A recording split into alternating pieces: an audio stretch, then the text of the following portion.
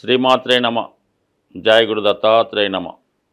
ఈ వీడియోలో మనం మిథున రాశి వారికి 2025 సంవత్సరం మార్చి నెల ఫలితాలు తెలుసుకునే ప్రయత్నం చేద్దాం.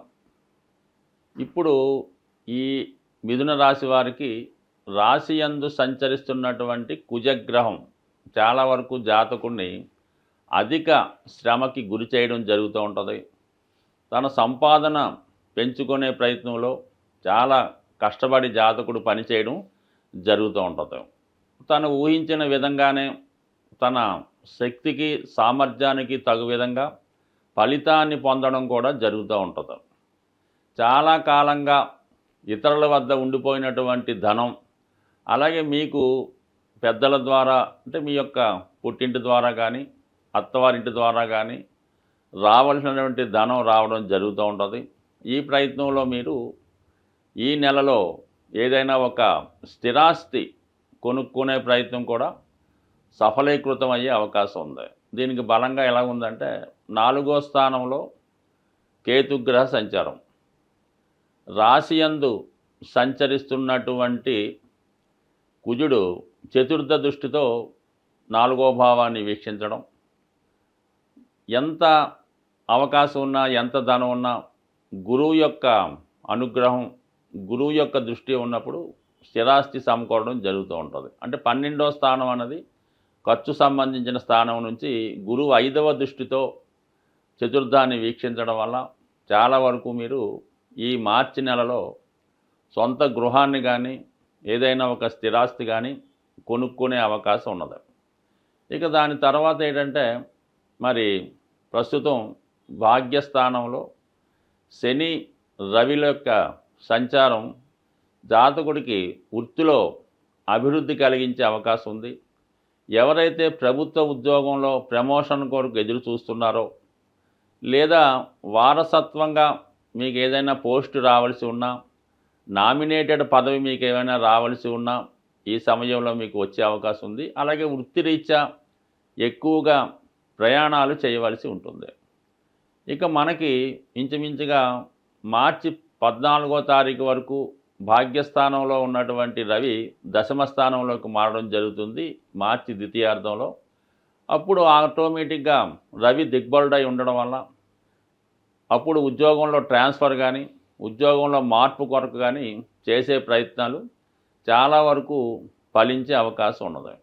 అంటే చాలా కాలంగా ఈ గురువు వ్యయస్థానంలో ఎప్పుడైతే వచ్చాడో అప్పటి నుంచి కూడా ఈ మిథున రాశి వారికి 2 పాయింట్లు ఇంచుమించుగా ప్రతిసారి టచ్ అవ్వడం జరుగుతుంటుంది. కామన్గా ఒకటేంటంటే ఉద్యోగంలో మార్పు, అభివృద్ధి, విదేశ ప్రయాణం అది నడుస్తూ ఉంటుంది. అలాగే స్థిరాస్తి కొనుక్కునే ప్రయత్నాలు కొంతమంది కొనటం, వాయిదా పడటం కూడా జరుగుతూ ఉంటుంది. అంటే ఏదన్నా ప్రయత్నపూర్వకంగా ఈ 2 ఇంచుమించుగా ఈ నెలలో అయినా సరే చాలా వరకు జరిగే అవకాశం ఉంది. వృత్తిలో అధికార హోదా పెరగడం కానీ అలాగే వృత్తిలో పట్టు సాధించడం కానీ జరిగే అవకాశం ఉన్నది. ఇక్కడ ఇప్పుడు రాహుతో కూడా కలిసి ఉండడం వల్ల ఇది సాఫ్ట్వేర్ రంగంలో ఉన్నవారికి, టీవీ యాంకరింగు, న్యూస్ రీడర్స్ వాళ్ళు ఎక్కువగా ఈ మిథున రాశిలో ఉంటారంటే ఎక్కువ ప్రెస్, కమ్యూనికేషన్స్, న్యూస్ అంతా కూడా మనకి మిథున రాశిలో ఉంటుందన్నమాట. అంటే వాళ్ళు ఎప్పటికప్పుడు కొత్త విషయాలు తెలుసుకుంటూ ఎప్పటికప్పుడు అప్డేట్ అవుతూ ఉంటారు.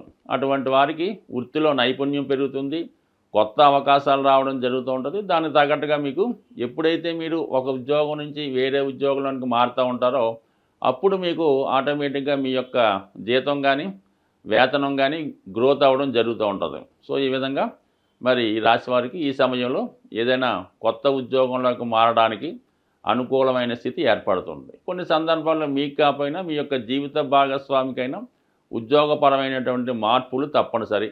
అలాగే మీరు చేస్తున్నటువంటి ఈ ప్రయత్నంలో భార్య యొక్క లేదంటే భర్త యొక్క సంపూర్ణ సహకారం మీకు రావడం జరుగుతూ ఉంటుంది. ఇక దశమంలో ఉన్నటువంటి శుక్రగ్రహం ఇక్కడ పంచమ స్థానం అన్నది మీలో ఉన్నటువంటి టాలెంటు, నైపుణ్యం చెప్తూ ఉంటుంది.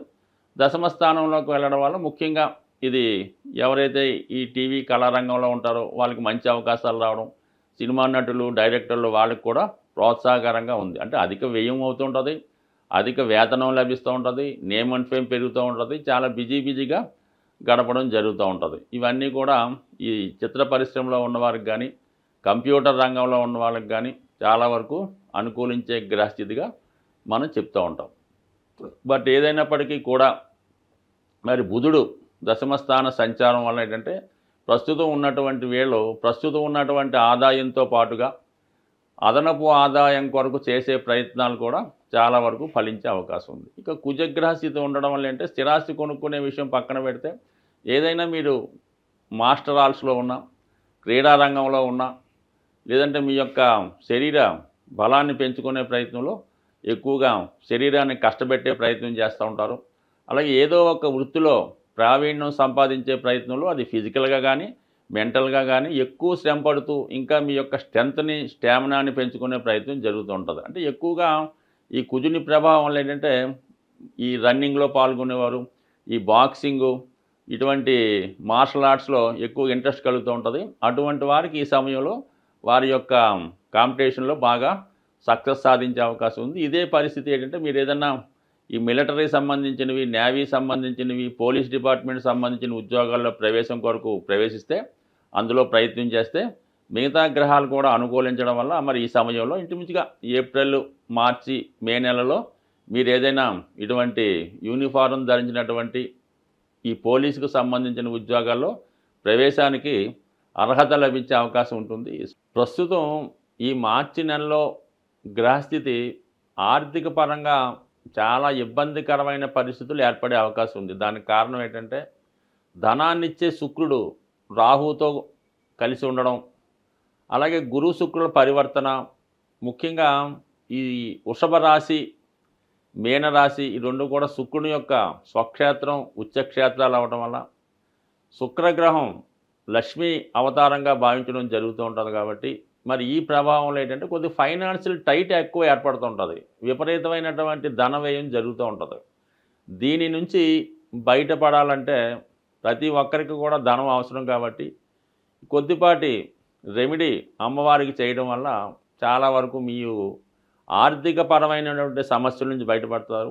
ముఖ్యంగా స్త్రీలకి ఈ సమయంలో ఎక్కువ అనారోగ్య సమస్యలు, నిందలు వచ్చే అవకాశం ఉంది. కాబట్టి వాటి నుంచి బయటపడాలన్నా మీరు ఇంచుమించుగా ఈ నెలలో వచ్చినటువంటి ప్రతి శుక్రవారం కూడా అమ్మవారికి స్వచ్ఛమైనటువంటి ఆవు నెయ్యితో దీపాన్ని వెలిగించడం, అమ్మవారికి నైవేద్యంగా తేనె లేదా దానిమ్మ ఫలాన్ని నైవేద్యంగా పెట్టడం వల్ల మీ యొక్క సమస్యలు చాలా వరకు బయటపడే అవకాశం ఉంది. ఇది అవకాశం లేని వారు ఏం చేస్తారంటే ఏదైనా ఒక అమ్మవారి దేవాలయంలో సుమారుగా ఒక 12 తమలపాకులతో ఎటువంటి మచ్చలు లేకుండా మంచి రెడ్ కలర్లో ఉన్నటువంటి దానిమ్మ ఫలాన్ని ఆ టెంపుల్లో అమ్మవారికి ఇవ్వడం వల్ల చాలా వరకు మీకు ఆర్థిక పరమైనటువంటి సమస్యలు తొలగే అవకాశం ఉంది.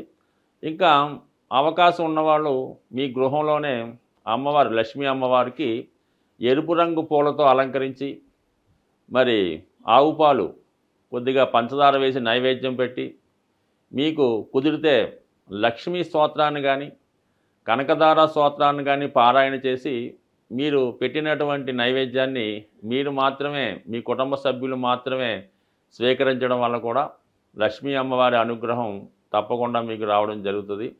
ఇంకా ముఖ్యమైన విషయం ఏంటంటే మీరు ఏదైనా ఈ లక్ష్మీ అమ్మవారిని పూజ చేసినప్పుడు లక్ష్మీ స్తోత్రాన్ని కానీ కనకదార స్తోత్రాన్ని కానీ శ్రీ సూక్తాన్ని కానీ పారాయణ చేసినప్పుడు కంపల్సరిగా విష్ణు సహస్రనామాన్ని కూడా మీరు పారాయణ చేయవలసి ఉంటుంది. అంత చేయలేని వారు కనీసం శ్రద్ధగా వినడం వల్ల కూడా మీకు అమ్మవారి అనుగ్రహం తప్పగా లభించే అవకాశం ఉంది. కేవలం మీరు విష్ణుమూర్తిని, వెంకటేశ్వర స్వామి రూపంలో ఉన్నటువంటి విష్ణుమూర్తిని ప్రార్థిస్తేనే లక్ష్మీ అమ్మవారి యొక్క అనుగ్రహం, తద్వారా శుక్రగ్రహ అనుగ్రహం మీకు లభిస్తుంది. కానీ కేవలం లక్ష్మీ అమ్మవారిని ప్రార్థించినంత మాత్రాన మీకు ఎన్ని సంవత్సరాలు ప్రార్థించినా కూడా ఆ ఫలితం వచ్చే అవకాశం లేదు. కాబట్టి మరి సూక్ష్మంలో మోక్షం ఏంటంటే విష్ణు సహస్రనామంతో కలిపి చదవడం వల్ల మీకు సంపూర్ణ ఐశ్వర్యం, దాంతో ఆరోగ్యం కలిగే అవకాశం ఉంటుంది. స్వస్తి.